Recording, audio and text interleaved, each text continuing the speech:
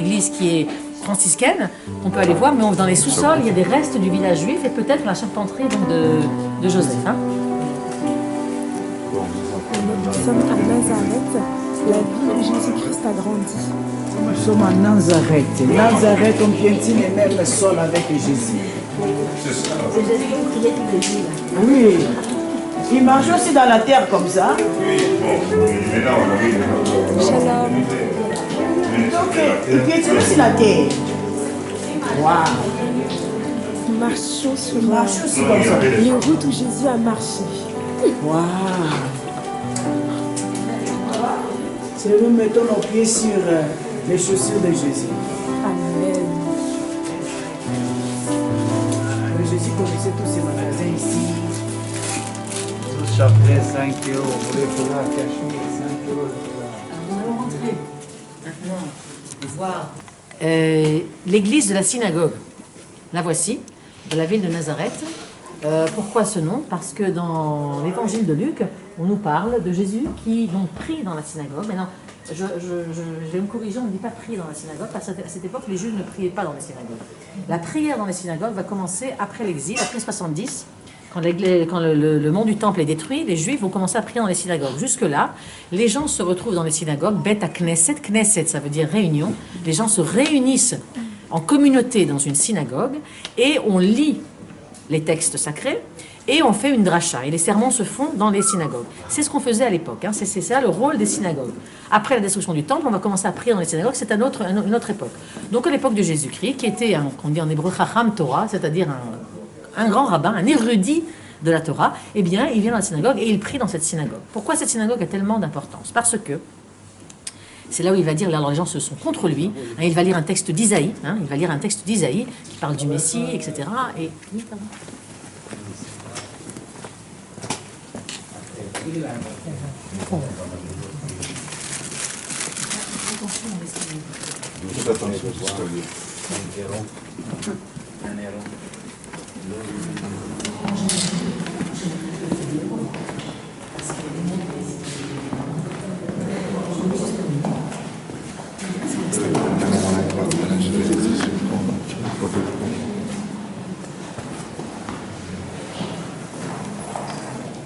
sermon, il va monter à la Torah, on monte à la Torah pour lire les Écritures, quand je vais faire un sermon, et les gens se lisent du prophète Isaïe, hein, et les gens ici vont se révolter contre lui, et vont vraiment lui en vouloir, il va dire l'une des prophètes dans sa ville, hein, l'une des prophètes dans sa patrie, dans sa ville.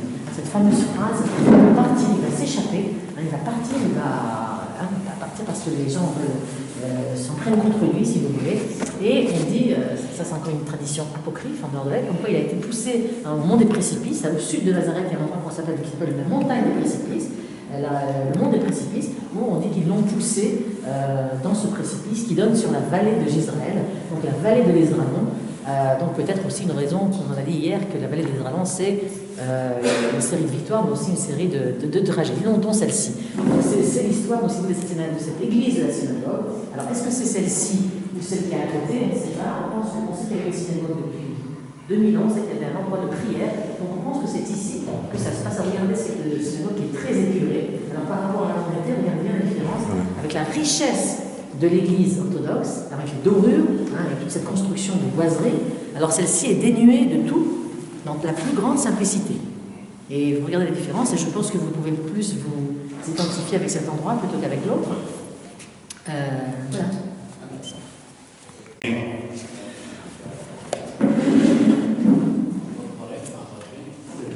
À l'âge de 30 ans, il va monter en Judée. Jérusalem, c'est la Judée. Ici, c'est la Samarie, le nord. Okay. Ici, vous n'avez pas la Samarie, nous sommes le mont Nazareth. Et puis, il sera baptisé par Jean-Baptiste. Nous allons arriver l'endroit où il a été baptisé. Le lendemain, nous allons baptiser Papa Christian qui fait se faire baptiser sur le fleuve Jourdain. L'endroit où Jésus a été baptisé. Ils passeront là. Après le lendemain, quand on a quitté les noms venant de Jérusalem pour descendre à Jérusalem. il monte, il arrive ici. Il va ouvrir dans le livre, j'ai lu le texte de ça dans ces lieux. C'est un bon endroit, c'est un grand endroit, ces lieux. C'est synagogue, on appelle ici l'église synagogue, comme nous avons vu la femme sur la côté pour se nous ferons être ici parce que c'est ça, comme ayant vécu le Seigneur. Il va lire dans Luc, le texte, nous avons dans Luc chapitre 4, à partir du verset 15. Nous lisons ceci, il était écrit ceci. Verset 14. Jésus, revêtu de la puissance de l'Esprit, retourna en Galilée et sa renommée se répandit dans tous les pays d'alentour. Il enseignait dans les synagogues et il était glorifié par tous. Il se rendit à Nazareth. Donc avant qu'il puisse arriver ici, pas comme je vous ai dit qu'il marchait dans ce couple-là, il était là, les gens le connaissaient, sa maman l'a envoyé. Et puis il entre ici, c'est l'endroit où tout le monde venait prier, comme Lilian venait le souligner. La synagogue, c'est l'endroit où les gens se réunissaient. Et puis il y avait des rouleaux, il n'y a pas de rouleaux ici. Nous pouvons le voir quand nous sommes à Jérusalem. Des rouleaux, dans une synagogue, il y a des rouleaux. Nous avons la Bible avec des faits comme ça, mais les rouleaux, c'est on roule. Hein, et puis par là, puis il tombe. J'ai lu ici, et ça, tout le monde peut venir. Amen. C'est souvent les pasteurs. Si quelqu'un se met et il prend des rouleaux, il ouvre, il lit un passage, et puis les rabbins, les enseignants, c'est vraiment mettre des mots maintenant pour expliquer à l'assemblée de quoi il s'agit dans ce texte.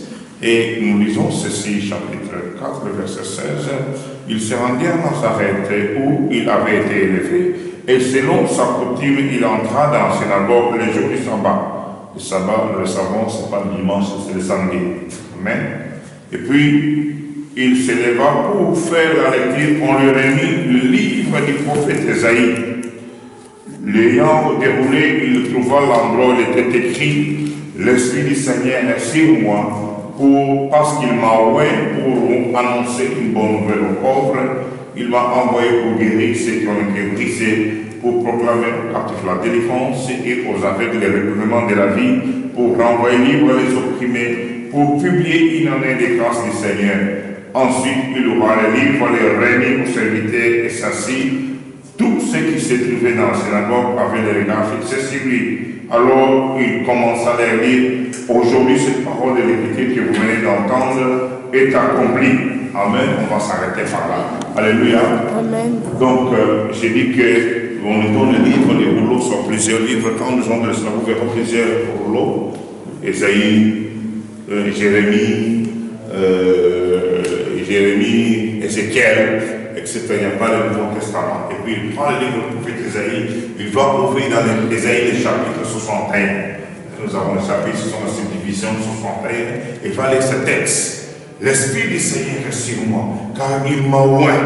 En fait, il venait d'être oint depuis Assara. Après ça, vous savez, après ça, son baptême, le Saint-Esprit descendit sur lui sous la forme d'une colombe. Et il a été oint du Saint-Esprit. Il est venu en Galilée, ici c'est la haute Galilée, ici, la basse Galilée, c'est là où nous allons descendre ce soir, Tibériade, etc., c'est la basse Galilée. Et là, dans ces lieux, dans ce temple, il va prononcer cette parole. Il m'a oint pour annoncer la bonne nouvelle aux pauvres, cette bonne nouvelle que toi et moi nous avons reçue. Que Dieu nous a tant aimés, qui nous a donné son Fils unique, afin qu'il croit en lui, ne périsse pas, mais qu'il ait la vie éternelle. Il m'a oint pour guérir ceux qui ont été brisés. Toi qui as été brisé, tu es dans cet endroit, dans ce lieu. Jésus a été oint pour guérir le cœur brisé, brisé par la vie, brisé par le parole, brisé par les injures, brisé par les échecs dans la vie, brisé par tout ce que nous rencontrons dans la vie. Jésus-Christ, il est capable de lever, de guérir tous ceux qui ont été brisés, brisés par les déceptions, déçus par les parents, déçus par les enfants, déçus par les amis, déçus par le monde. Tu n'as pas besoin de te jeter devant le train. Ne te jeter sur le pont ou de te jeter dans l'eau. Jésus est venu pour guérir ce cœur qui est brisé par le mari, brisé par l'épouse, brisé. Jésus est venu pour guérir ce cœur qui est brisé. Il dit qu'il m'a envoyé, il m'a envoyé pour proclamer aux captifs la délivrance, c'est là qu'ils sont dans les liens, des familles, des liens qui n'arrivent pas à s'en sortir. Certaines sont malheureusement dans les liens de la drogue, de l'alcool, dans les liens du sexe, tout autre chose. Jésus-Christ nous donne le Seigneur. Et pour proclamer qu'il a envoyé les opprimés, ceux qui sont oppressés dans leur corps, dans leur âme, dans leur esprit, ceux qui sont oppressés par des maladies, ceux qui sont oppressés dans tout ce qui leur appartient. Jésus-Christ est venu, il a proclamé ce discours, cette parole, d'enseigner et publier une grâce du Seigneur. La grâce là signifie que nous ne méritons rien de la part de notre Dieu. Nous recevons tout gratuitement. Alléluia. Ce n'est pas à cause de nos œuvres que nous pouvons nous glorifier aujourd'hui. La grâce, c'est ce que Dieu nous pardonne et donne ce que nous avons besoin. Vous savez, en France, le 14 juillet, il y a une grâce présidentielle. La grâce présidentielle, un décret que le président signe à l'occasion de la fête de l'indépendance. Il signe, il y a en prison 3000 des gens qui ont demandé, ou bien certains qui lui-même demandent. Celui-ci doit faire combien 5 ans que cela fait comme des cas bénis. Bon, il avait frappé sa femme. Bon, je lui ai envoyé la grâce. Donc, même si tu avais 10 ans de prison, avec la grâce présidentielle, tu es libéré et tes péchés sont pardonnés. Jésus est venu pour que par lui, toi et moi, nous puissions expérimenter la grâce du Seigneur. Et le plus important, c'est ce qu'après cela, il remet le livre au serviteur, et puis il dit, et puis les gens, bon, j'attends que quelqu'un explique. Amen. Qu'est-ce que tout le monde paye? N'importe quel pays, et puis quelqu'un d'autre se met debout, un rabbin, un enseignant, il va commencer à expliquer, comme je vous l'explique là. Et puis il se met debout, il dit, aujourd'hui, cette parole que vous venez d'entendre vient s'accomplir. Donc celui-là, qui devrait venir, qui a été prononcé par le prophète Ésaïe, c'est moi. Amen. Vous imaginez, c'était le voisin de c'est pas possible. Donc, mais le connaît, mais il a grandi ici, il a disparu pendant, il a dit quelques mois, il est revenu, il commence à dire que c'est lui, l'envoyé de Dieu, loin de Dieu. Donc les messieurs signifient loin, c'est qui Messia, loin. C'est ici, il y a une l'onction de Dieu, celui qui devait venir pour accomplir ses paroles, c'est lui. Ces paroles que nous entendons depuis 7 siècles, mais ce n'est pas possible. C'est pour cela, nous allons peut-être passer par là, c'est la montagne de précipitation qu'on appelle, et puis les gens de l'île, on l'a chassé de la ville. Là, c'est la montagne de précipitation, si vous lisez la suite du chapitre 5, on voulait le projeter, on voulait le jeter dans le précipice, mais il est passé entre les mains, chapitre 5. Mais le temps de lire, on n'a pas pu le jeter dans le précipice pour se faire mourir, parce que son temps n'était pas venu. Et c'est par là que Jésus va quitter cette ville pour aller maintenant s'installer à Capernaum. Nous irons à Capernaum, c'est là où il est maintenant c'est sa ville, c'est la ville d'adoption, qui va s'asseoir et faire le travail. Quand nous arriverons à Capernaum, nous entrons que vous verrez the time of Jesus, la vie de Jésus. Donc, nous serons à Capernaum demain. Et puis, voilà un peu ce que je voudrais vous dire, ce que le Seigneur a voulu enseigner dans cet endroit, dans cette synagogue que je rappelle maintenant. Le Seigneur a accompli de grandes choses pour toi et pour moi. Et cette parole s'est déjà accomplie pour toi, pour que, la bonne nouvelle, de l'amour de Dieu envers nous. Donc, peut-être qu'il te sent que tu es mal aimé. Donc, il te sent que personne ne pense à toi. La guérison de cœur brisé. Toi qui as un cœur brisé, toi qui est déçu, toi qui marche avec une plaie que à l'extérieur c'était comme si dans le cinéma, tu es dans le Hollywood. Vous savez, dans Hollywood, tout le monde peut être n'importe qui. Hein? On peut être un Superman, même si on tire 1000 fois, la personne ne tombe jamais, parce que c'est les héros de la film. Mais à l'intérieur, pour lui, Jésus est venu pour guérir notre intérieur, pour guérir notre cœur, pour guérir des maladies invisibles, pour guérir le blessure que nous avons reçu depuis notre enfance, depuis notre jeunesse, depuis notre âge adulte. Il est là. Il est venu pour nous guérir. En passant dans ce lieu, laissez-moi sortir, le Seigneur, tu as dit cette parole, c'est accompli. Je voudrais que cela puisse s'accomplir dans ma vie. Amen. Amen. Nous allons prier. Il y a quelque chose à dire encore, quelque chose à prier. Shalom, shalom. Shalom. La solution à tout dire, c'est d'abord un grand privilège que Dieu nous accorde dans ce temps. Je le dis encore.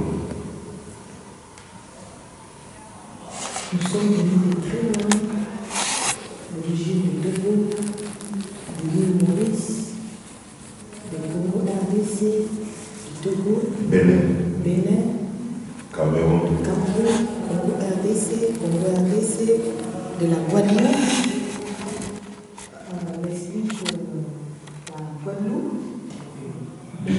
Bénin Martinique, Bénin Guadeloupe. Donc, des différentes nations. Nous avons oublié le Maurice. Pourquoi j'ai fait mention de toutes ces nations? C'est Dieu qui est en train de confirmer que Jésus-Christ est réellement le roi de Dieu. Amen. Parce que voici 2000 ans passés, des nations viennent ici. Ce qui vient de Dieu, Dieu lui-même défend sa parole. Amen. Nous avons payé des tickets. Nous, ça fait 14 années que nous venons ici régulièrement parce que la parole que le Seigneur Jésus-Christ avait mise dans ces lieux est vraie. Amen. Il est réellement le roi de Dieu. Il est venu guérir les cœurs qui sont brisés. Il est venu guérir nos blessures intérieures. Amen. Tu étais violé dans ton enfance ou dans ton parcours. Tu étais abusé. Le mari ou la femme t'a déçu. Tu as une plaie dans ton cœur que les psychologues ne peuvent pas guérir. Même les pasteurs ne peuvent pas guérir. Mais ici, nous sommes à un endroit où le bon berger, Jésus-Christ est le pasteur des pasteurs, il est passé ici. Je nous invite à nous mettre debout. Peut-être que les gens voulaient nous montrer quelque chose. Allez-y, après je fais ça à la fin. Vous êtes. Ok, d'accord. Nous voulons que le Seigneur Jésus-Christ guérisse nos cœurs. Nous avons certes des choses qu'on a connues dans notre parcours, qu'on n'arrive pas à dire. Peut-être tu es une fille, tu as été abusée par une autre fille, tu as été abusée par une autre femme. Des choses, quand tu penses à ça, tu te sens sale. Tu pleures, ça te rend ridicule. Tu as des choses que tu n'arrives même pas à dire à ton partenaire ou à tes enfants. Tu es passé par des humiliations. Tu pleures intérieurement. Les gens te voient prendre l'avion, voyager, tu as un bon travail. Mais intérieurement, tu pleures. Ça influence même ton caractère. Les gens ne comprennent pas pourquoi tu es tout le temps énervé. Pourquoi tu es tout le temps dans la solitude. Parce que tu as une préoccupation intérieure. Mais le Seigneur Jésus-Christ a quitté le ciel, lui qui est Dieu. J'ai beaucoup aimé ce que notre sœur a dit. Il marchait sur ces sables. Quelqu'un a dit ça. Oui, le Seigneur Jésus-Christ qui est Dieu, il a marché sur ces sables de Nazareth. Il a grandi ici, c'est ça son quartier. Mais il n'était pas venu vendre ou acheter. Il est venu guérir les cœurs brisés. Amen. Nous allons lever nos mains et nous allons répéter cette prière après moi, afin de demander son secours. Dis Seigneur Jésus-Christ. Seigneur Jésus-Christ. Tu as grandi ici à Nazareth. Tu as grandi ici à Nazareth. Toi qui es Dieu. Toi qui es Dieu. Fils de Dieu. Fils de Dieu. Tu es venu guérir les cœurs brisés. Tu es venu guérir les cœurs brisés. Me voici marcher dans tes pas. Me voici marcher dans tes pas. Guéris mon cœur aujourd'hui. Guéris mon cœur aujourd'hui. Tu es le Messie. Tu es le Messie. Le roi de Dieu. Le roi de Dieu. Oins-moi. Oins-moi. Remplis mon cœur de l'huile. Remplis mon cœur de l'huile. Que cette huile guérisse toutes les plaies intérieures. Que cette huile guérisse toutes les plaies intérieures. Pardonne tous mes péchés. Pardonne tous mes péchés. Lave-moi, Jésus-Christ, par ton sang. Lave-moi, Jésus-Christ, par ton sang. Enlève toute la saleté dans ma vie. Enlève toute la saleté dans ma vie. Que je voie le royaume des cieux. Que je voie le royaume des cieux. Que je passe l'éternité au ciel et non en enfer. Que je passe l'éternité au ciel et non en enfer. Cher Saint-Esprit de Dieu, Cher Saint-Esprit de Dieu, continue à me visiter. continue à me visiter. Au nom de Jésus-Christ. Au nom de Jésus-Christ. Notre Dieu, tu nous as conduits dans ce lieu parce que tu veux publier une année de grâce pour chacun de nous tous. Une année de grâce pour toute personne qui est venue de loin pour arriver dans cette nation. Merci de toucher nos cœurs et de nous guérir. Merci de libérer tous ceux qui étaient dans la captivité démoniaque satanique et de nous donner la liberté que toi seul tu nous donnes. Et te rendre toute la gloire. Continue avec nous, Seigneur, pour le reste de cette journée. En ton nom, Jésus, qui nous a supplié. Amen. Amen.